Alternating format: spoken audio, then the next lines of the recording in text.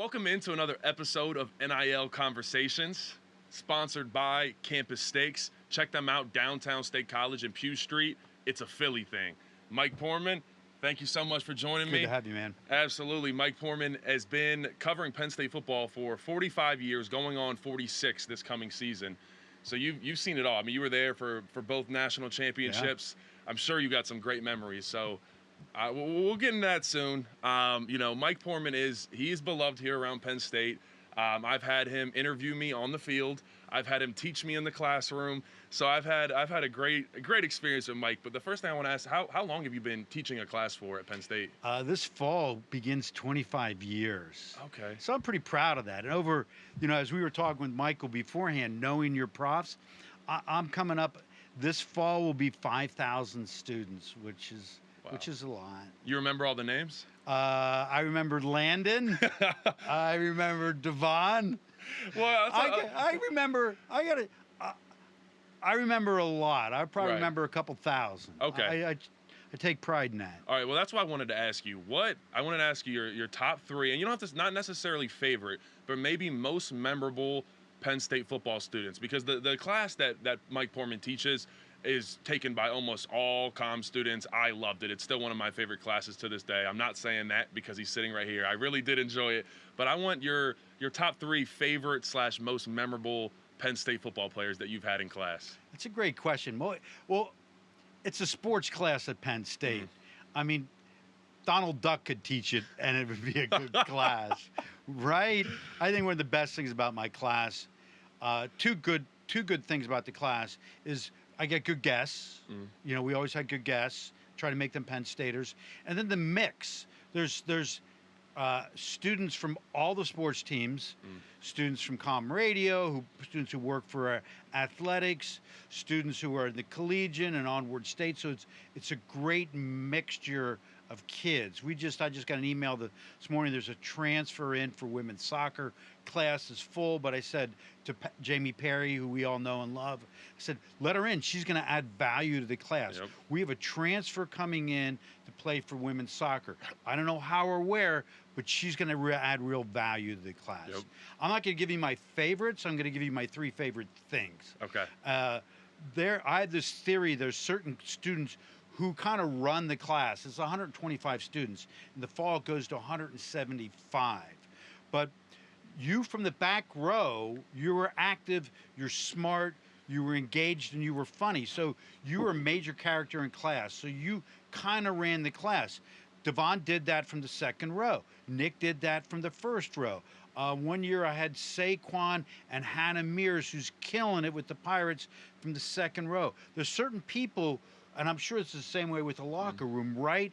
Certain people, and some of the people I mentioned probably run in the locker room, who run the class. Allen Robinson sat in your back row in the corner and had his own chair, but he participated and he kind of ran a key part of the class back from the corner. So I like that. And there's athletes like Sam Coffey, who's on the national women's soccer team, going to play in the Olympics. There's certain people like that, and very often athletes who run or who are key in running the class. Okay, I remember my first day, and Mike actually said, this is where Donovan Smith sat, right up here. It was like second or third row, and you second row, and you pointed to, and I have a connection to Donovan Smith because you know how we do the draft style on signing day, and they always have a former Penn State football player announce your commitment to Penn State when you sign. Donovan Smith announced mine. So Mike said, he said, this is where Donovan Smith's. He's a pretty elite tackle. Do you want to be like him? And I was like, nah, it's okay. I'll sit in the back. I'll sit all the way in the back. But I always participated. I specifically remember not studying that much for the final, and I think I got like a 97 because I had an A in the class. It was solidified, but I remember I really didn't study that much, and I was surprised. I got like a 97, 98 on the final. But while we're on the topic of your class material, I do want to talk about some of the questions that I specifically remember on the final. Is I had to know how much money James Franklin made, I think per hour and daily. Do you have that up here? Yeah, right now it's up to $1,088 an hour. That includes when he's going to the bathroom, includes when he's sleeping. includes when he's in meeting. That's what he makes an hour. That's a lot. Yeah, that's that one always sticks. I think that sticks with a lot of people that come through Poorman's class, that you have to know what James Franklin makes per hour. So yeah, we are pocket watching in Mike Poorman's class. Well, and for me, I'm a numbers guy, but that shows the value.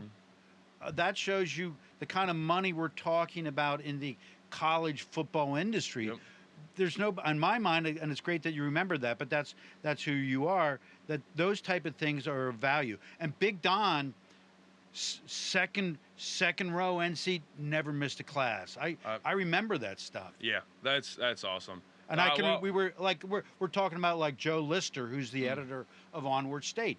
First row end seat, never missed a class. Like those things stick with me. It represents who you are, how you handle those classes. While we're on class material, we always got to talk about NIL. And now I had your class about a year and a half ago now, so it was a much different time period of NIL. So first, we're gonna get into NIL. This is an NIL conversations episode, so we're gonna get into it. We're gonna get into some other stuff about Penn State football, stadium renovations, all that good stuff. But I want to start out first asking you.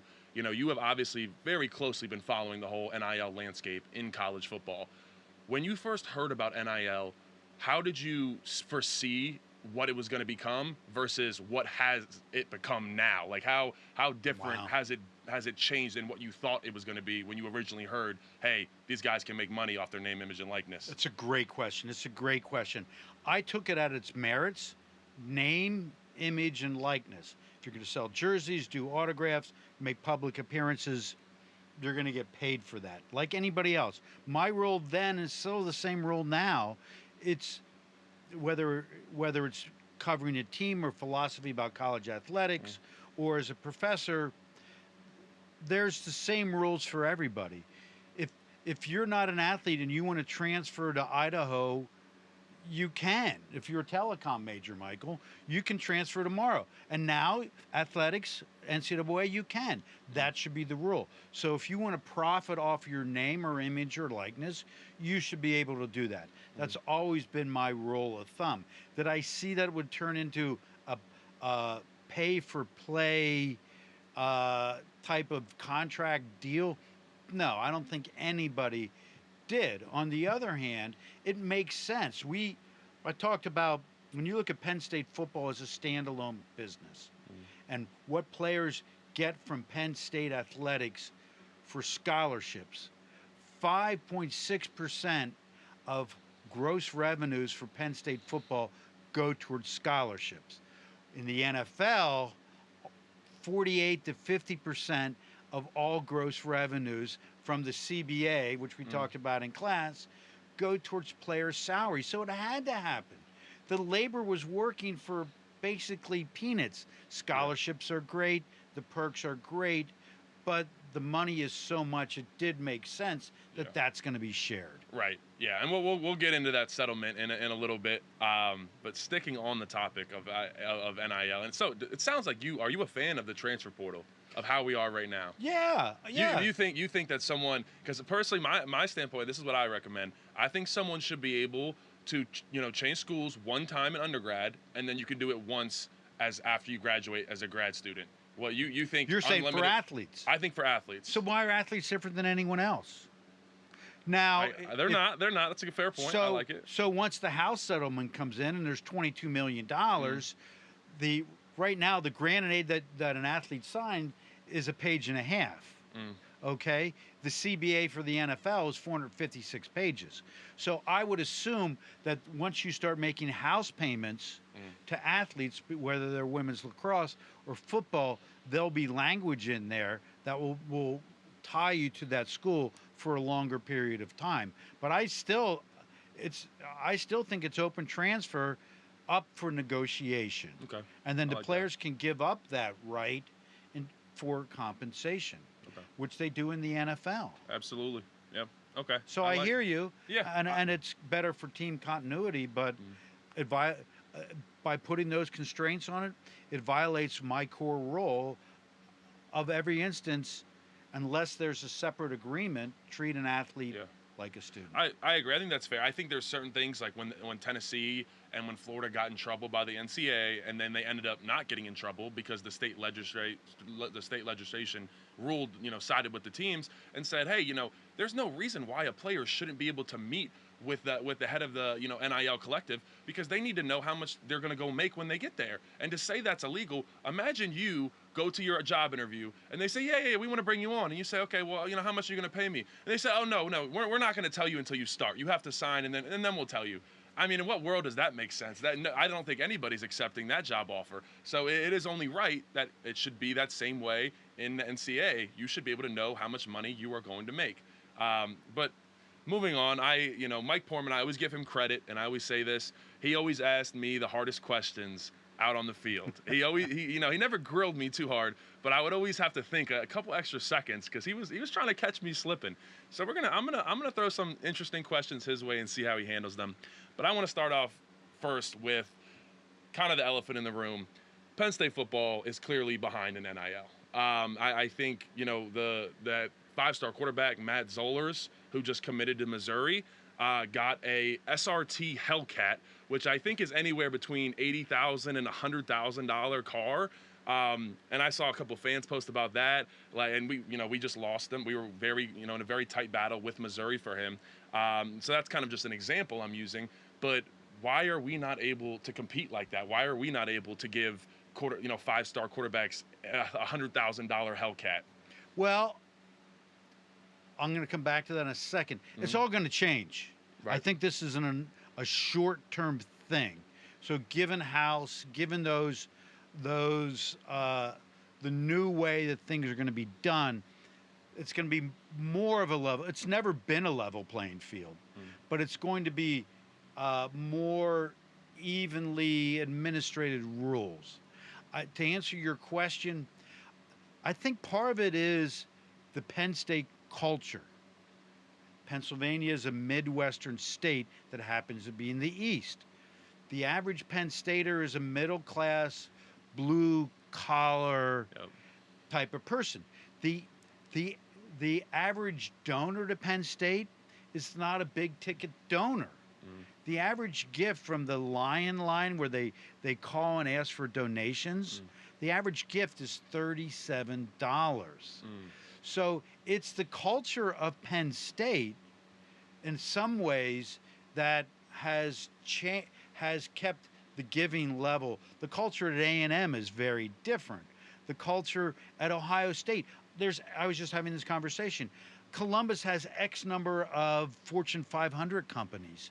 There's no Fortune 500 companies in Center County. I was talking about that on the last NIL Conversations episode. There's just not that much opportunity for our guys compared to Ann Arbor, compared to Columbus, compared to Alabama, Georgia, all these other places. It's not the same at all.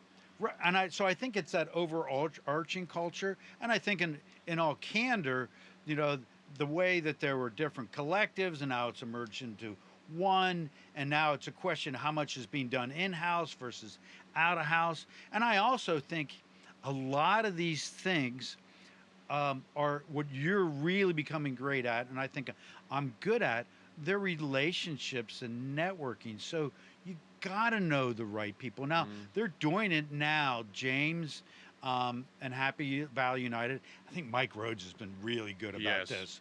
Right? He's a Pennsylvania guy from the coal region, right? And so, and their, his name escapes me. Who's their NIL person? Flannery, right? Pat Flannery. Who's a Pennsylvania guy from LVC and who coached Mike Rhodes back in the day. Yep. So I think that's why they're good at it, those relationships. And I don't think, for myriad reasons, those relationships have not been leveraged at the highest level consistently. Understood. While you were just talking about how our average fans, and I totally agree with that. Our average fans are, like you said, middle class. They don't have a ton of money, and this is a lot of this stuff I talk about what I hear from the fans on Twitter, the complaints that I see, the things that they're saying. I want to ask you, and I do think, and we're going to get into this, I do think everything's going to change with the settlement and how each team can make up to $22 million in revenue, and that's going to be a big change. But as of right now, where we sit, we need to have money for this upcoming season. We just had LSU came out. They said that they're spending $8 million. Brian Kelly came out and said that on their roster. Ohio State came out and said that they spent $34 million. Now that was, they said coaches and players, but I'd guess a good chunk of that is to players as well. Yeah, I would guess their coaches is probably 22, 23 million. Yeah. Which leaves kind of close what James said 2 years ago, 13 million. Yeah, So I you're think, looking at 11, 12. I think it's right around there. So my question to you is, a lot of these big time schools are disclosing how much money they are paying their players, and do you think we would benefit more? You know, obviously there's Penn State. James Franklin likes to keep things behind the scenes, but would he benefit from letting people know, hey, this is where your money's going, this is how much money we're spending on our players? Or do you think we should kind of stay where we're at? I love that idea. So even if it's not in the media, but you show up with the one sheeter and go, here's the payrolls for everybody in the top 25, and here's ours. If I'm a giver, I'd like to know. Show me the proof. You know, I think from the donor standpoint of, you can say you are, but give me the hard proof. I think that's what makes this so challenging, is that in the NFL, you know exactly what everyone makes. Yep. You know, even at Ohio State, you know, the public knows what every coach makes on the staff. Penn State, it's a public-private university. So other than James, those salaries are not out there. So you can't, in my mind, you can't have it both ways.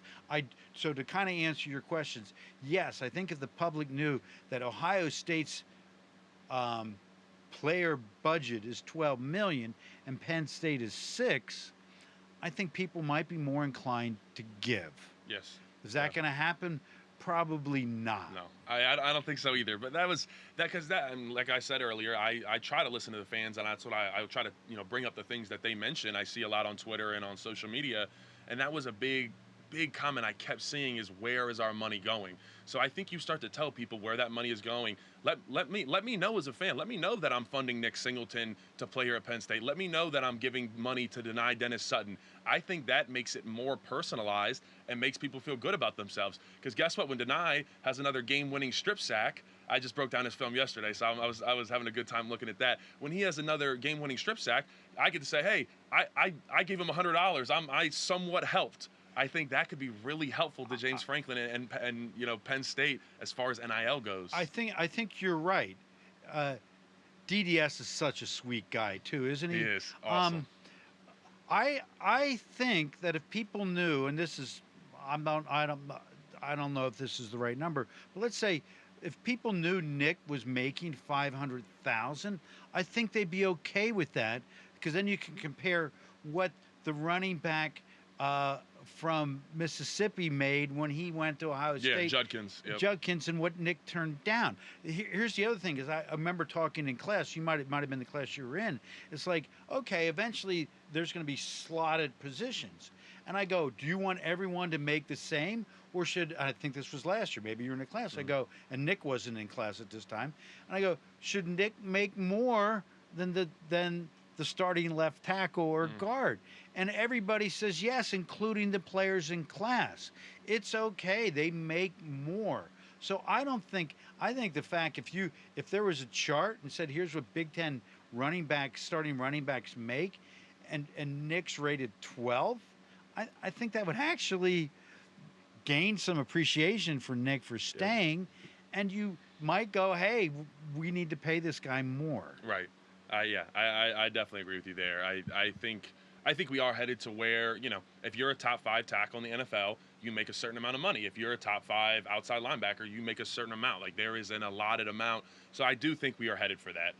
Still staying on the topic of where we are in NIL at the moment, there is some need, and we've seen this from Penn State football, what they've put out with the Retain the Roar campaign. And what I want to ask you is, a lot of the fans are saying, they feel pressured, like it's essentially on them to make NIL work at Penn State. Do you think that is a fan responsibility, or, and this is what I've heard, or are they already spending too much, spending $15K for season tickets, spending however much money outrageous hotel rooms are here, to travel here, the jerseys, the merch, all of the above? Is that enough, or do they need to be giving for NIL as well? Well, right now, the way it's structured, they need to give for NIL. But the analogy I like to use is Robert Kraft, who owns the Patriots, the second most valuable team in the NFL after Jerry Jones and the Cowboys. He has a certain amount he's paying his players. Okay?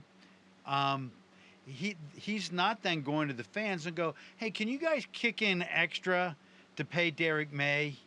Right? He's not doing that.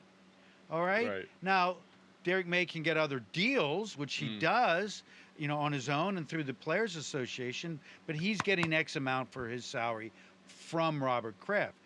Pat Kraft, on the other hand, is going to his fans and customers of Drew Allar and Pat Kraft as head of the organization, kind of like the owner. He doesn't have the ability or the total responsibility to pay Drew his core salary. He's going to his fans and going to fill it in. That's crazy, right?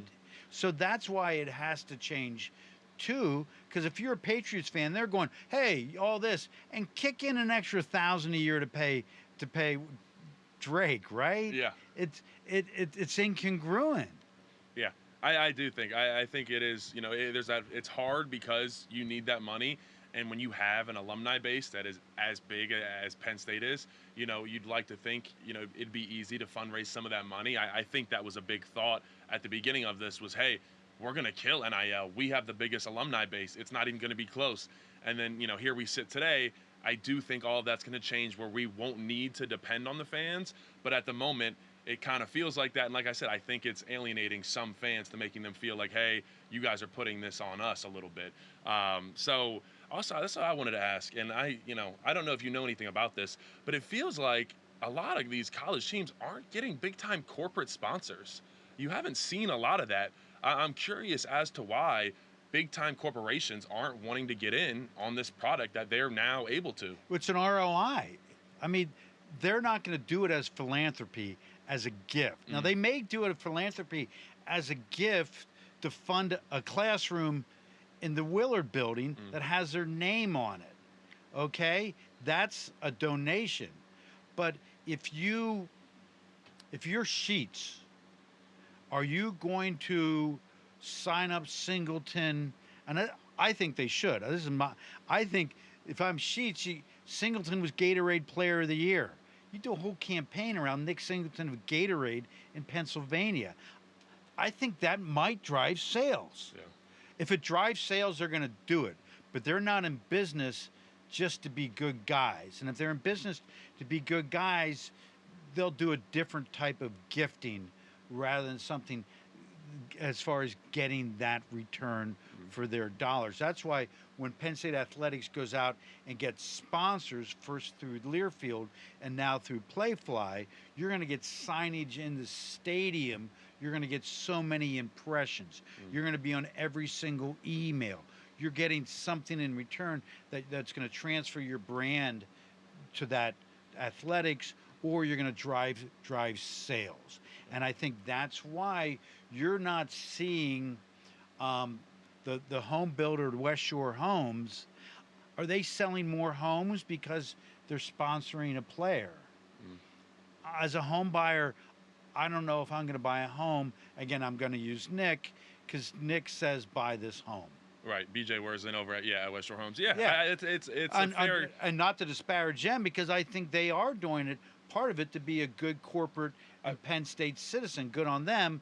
I wonder if their home sales have gone up. Yeah, I would say the same thing. When I look around, some things just don't make sense to give a certain amount of money where you're not really going to get anything from it. Now, I think if you're a corporate sponsor and you find a way to make your way into the stadium, which is something that we haven't really done before, or just somewhere where Penn State football is advertising you big time, I think that could be worth it. But, that is something I guess the big time corporations just haven't felt the need to do yet. On the other hand, though, if I love Landon Tangwell, which I do, and I trust him, I'm going to go have a cheesesteak where you tell me to, because because you've built up that persona in the marketplace, and it is a good investment. It is going to drive sales. If Champs has a Penn State football night half off and there's 5 guys there, you know the line's going to be around the corner past the first all the way around the corner to doggies because it's that night, and you are going to drive sales. So Yep. I'm surprised I haven't seen more of that. Although when state media had the thing at Champs last year, I went. Mm. I mean, I went and spent money, got a meal and some beers because it was there. So if it drives sales, Yeah. I think that's a big reason why you would do it. Campus Steaks is the official sponsor of the Behind the Wall podcast. Go check them out at Pew Street in downtown State College. They got the best cheesesteaks, french fries, onion rings, you name it, and they got it. It's a Philly thing. Real quick, I want to talk to you about the NCAA settlement that the NCAA handed down, where I believe $2.7 billion for college athletes that I think from 2017 to 2020, because they were not allowed to make NIL, they are, I guess, going to split up that $2.7 billion, which that's a decent amount. I mean, it's a lot of players, but maybe everybody will see a little bit of something. But the big part of a piece of that settlement is that these teams can now make up to $22 million in essentially shared revenue that the NCAA was keeping. Now they got to share it. Does that even the NIL playing field for these teams? Now everybody can get $20 million. Does that even it out? Do we need to? We don't need to rely on the fans and stuff like that as much anymore. I think it's a start, and collectives are not going to go away. I think they're going to be more marketing agencies. There'll be more of the basic old-fashioned marketing deals. That's not going to go away. And the 22 million, that's a cap on what each athletic department can give in cash to its athletes. What hasn't been decided, though, is if you took Penn State has about 850 varsity athletes, and you take 22 million a year, divided by the 850, that's about 26,000 a year. Now, does that mean that every varsity athlete at Penn State, male and female, is going to get 26,000 each? Is that divided separately? And how does Title IX is? Does the starting running back get 26,000? And does the backup goalie for field hockey get 26,000? Yeah. And then how does that fit into Title IX? And I only see that number increasing, not decreasing. So there may be a sliding scale. Yeah. So when you look at 26,000 a person, that's good money. Here's the plus of it. If it's divided everyone with 26, it's going to mean a drop in the bucket for someone like Drew. But for someone who's a walk-on on the soccer team, that's 26,000. I know what they're going to do with that 26,000. They're going to turn around and give it to Penn State to pay their tuition and room and board. And there's less than 400 athletes at Penn State who are on some sort of scholarship.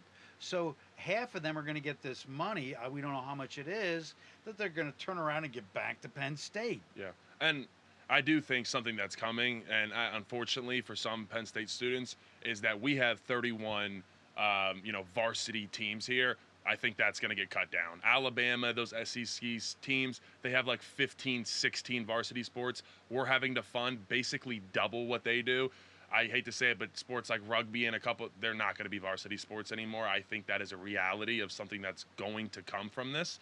And I do think, I don't know exactly how it's going to happen, but I think football and basketball, Penn State wrestling are going to see the majority of that $22 million.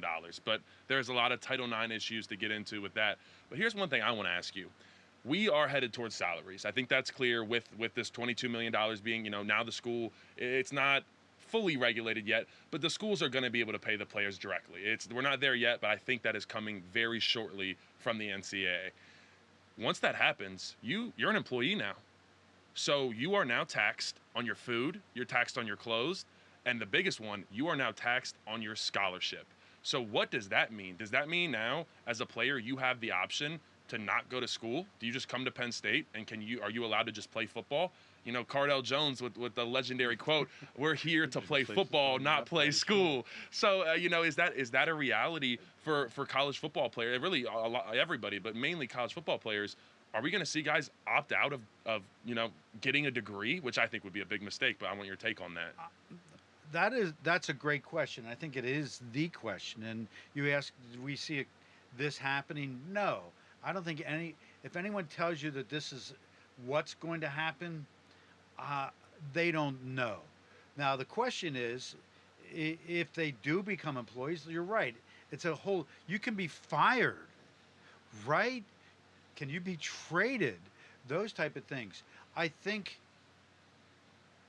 what will likely happen is there will be a negotiated compensation.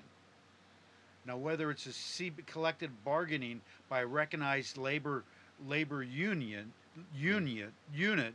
or union, like we see up in Dartmouth with basketball, Mhm. that's remains to be seen. I think that kind of the easiest thing that will happen is that your example is a good one. Uh, Football, basketball, wrestling may be spun off as a standalone entity. So maybe they don't have to go to class. Or I've been in meetings with, there's a Penn State Center for the Study of Sports and Society. Uh, Academics from different colleges, we've talked to athletics about creating a 2 year or associate degree that's germane, that you take financial courses, you take nutrition classes, you take branding classes, you take towards an associate degree if that's of some value. So there's still an Mhm. educational component, but not a 4 year degree in engineering. And it doesn't mean that if you're a great football player who wants an engineering degree, you can do that, but then that's negotiated. I do think Yeah. there'll be some sort of a separate standalone entity because you have to for compensation, because the money is so great, and there's also Title IX. Right. That 22 million, I don't see how they're going to give that 22 million dollars away and more male athletes get it than female. Right now at Penn State, there are 53% male students, 47% female students. In athletics at Penn State last year, the fall of 2023, of women athletes who are unduplicated, who are just a women athlete, even if they're in cross country, indoor and outdoor track, we count them as one. That's 41% of all women athletes at Penn State. 41% of all athletes are women. So at $22 million, if you're going to follow Title IX, 41 to 47% of that 22 million has to go to women athletes Mm. if you're not going to violate federal law. Come to the Student Bookstore downtown on College Ave. Whether you need a game day fit or you're just chilling in the crib, Student Bookstore has all your Penn State clothing needs. This last thing I want to talk to you about is some big news in Penn State football is the stadium renovations. We're looking at, I think, 664 million. I know you were there for the whole thing. You covered it very tightly. When you're spending that much money on a stadium, 664 million, how long does it take you to get in the black after spending that much money? It's a great question. They're, the projections of Penn State in the next 30 years are $10.6 billion of revenue and an excess, a profit of 44 million at the end of those 30 years. So in 30 years, they project they're going to make 10.6 billion. I think the question with the stadium is not the expenditure, because you can say we're going to spend this and do this. It's going to be 664 to 700. Okay, that's it. But what are your sales going to be? Mm. If you're down for a year or three, or you have a crappy home schedule, or there's going to be over 50 new suites if you don't sell 5 of those suites. To me, it's not a expense question, it's a revenue question.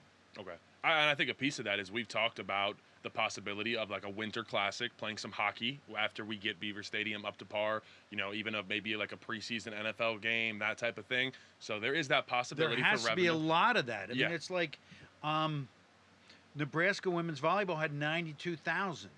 Nebraska was thinking about playing a women's softball game in their Mm. stadium. It's those type of things that will generate the extra revenue beyond the 7 times a year Mm. to make those suites and seats more valuable. So you have a suite if Billy Joel comes to town.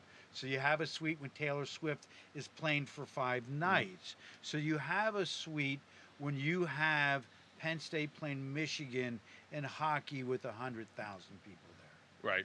Yeah. I think there's a lot that Penn State can get out of these renovations and, make money in other ways outside of football. This is a question I had. I heard that there were other options on the table as far as either smaller scale renovations. Like you said, we're spending up around $700 million, or I think there was also an option of, building a whole new thing. Yeah. And so we kind of went in between there of nothing too small, but, it's going to get a whole, I heard the word facelift used by Lebrano, but it's going to be a little more than a facelift. It's going to be kind of an overhaul. What was the reasoning behind that of going with that, around that $700 million range, and maybe either, playing it more safe and spending $300 million, or just building an entire new stadium? What was the thought process? Do you know? Well, they didn't look at the numbers for 140 is just doing what had to be done. There's a lot of work that hadn't been done for years. And there's work that's necessary to be done to support some of these other activities. They didn't look or share publicly a scenario between the 140 of basics and the 700 million. But if they're saying it's going to cost 700 million to bring it all up to speed, and we have to look at all these new revenue streams to make a profit of 44 million, that's as threadbare as you can go. You can do the math and go, okay, if they have to pay $700 million and there's only 44 left over, 500 million is going to leave you with a pretty big deficit. Yeah. It should be interesting to see. I'm curious to see, but it's going to be nice to have Beaver Stadium with good Wi-Fi. The press box, I was up there for the spring game. Press box is rough, so you guys are going to get it a little bit better. Well, here is the one thing, and you know this. A huge reason that the students come to Penn State. What may be the number one reason the students select Penn State? The Beaver Stadium football team. Yeah. Yep. I mean, it is a marketing tool. It is. So while we're on the topic of Beaver Stadium, I want to ask you, there has been talks in the news about naming it Paterno Field. What are your thoughts on that, and is that a realistic possibility? I think the time has come and gone. I think the fact that they tabled it, took it off the table at the Board of Trustees, they're not going to vote on it again. Now, for me, it would be cool if it was Paterno Field. I have to tell you, and it would raise a lot of money. If you go, I think it'd raise $100 million. I do. I think it would invite a lot of scrutiny, though, from the public, and that's why they're not going to do it. Yeah. I think the time has come and gone. Okay. I understand. Like I said, I think you're right. I think there were a big piece of the reason why they didn't do it is you're kind of reopening that can of worms that Penn State has already been through. I wasn't really around here for that, but Joe Paterno's name was dragged through the mud, and I think you're kind of opening it back up to more of that from the national media. That's not really great publicity for the school, but I absolutely understand the advocation for changing it to Paterno Field. But I guess we'll see if it happens. But Mike Poorman, I appreciate you coming in today. It means a lot. This is a really awesome NIL Conversations episode. We touched on a little bit different things outside of NIL. We had a great time. Thank you to Campus Steaks for sponsoring this video. Like, comment, subscribe. Let me know what you guys want to see next, and I appreciate you guys for tuning in.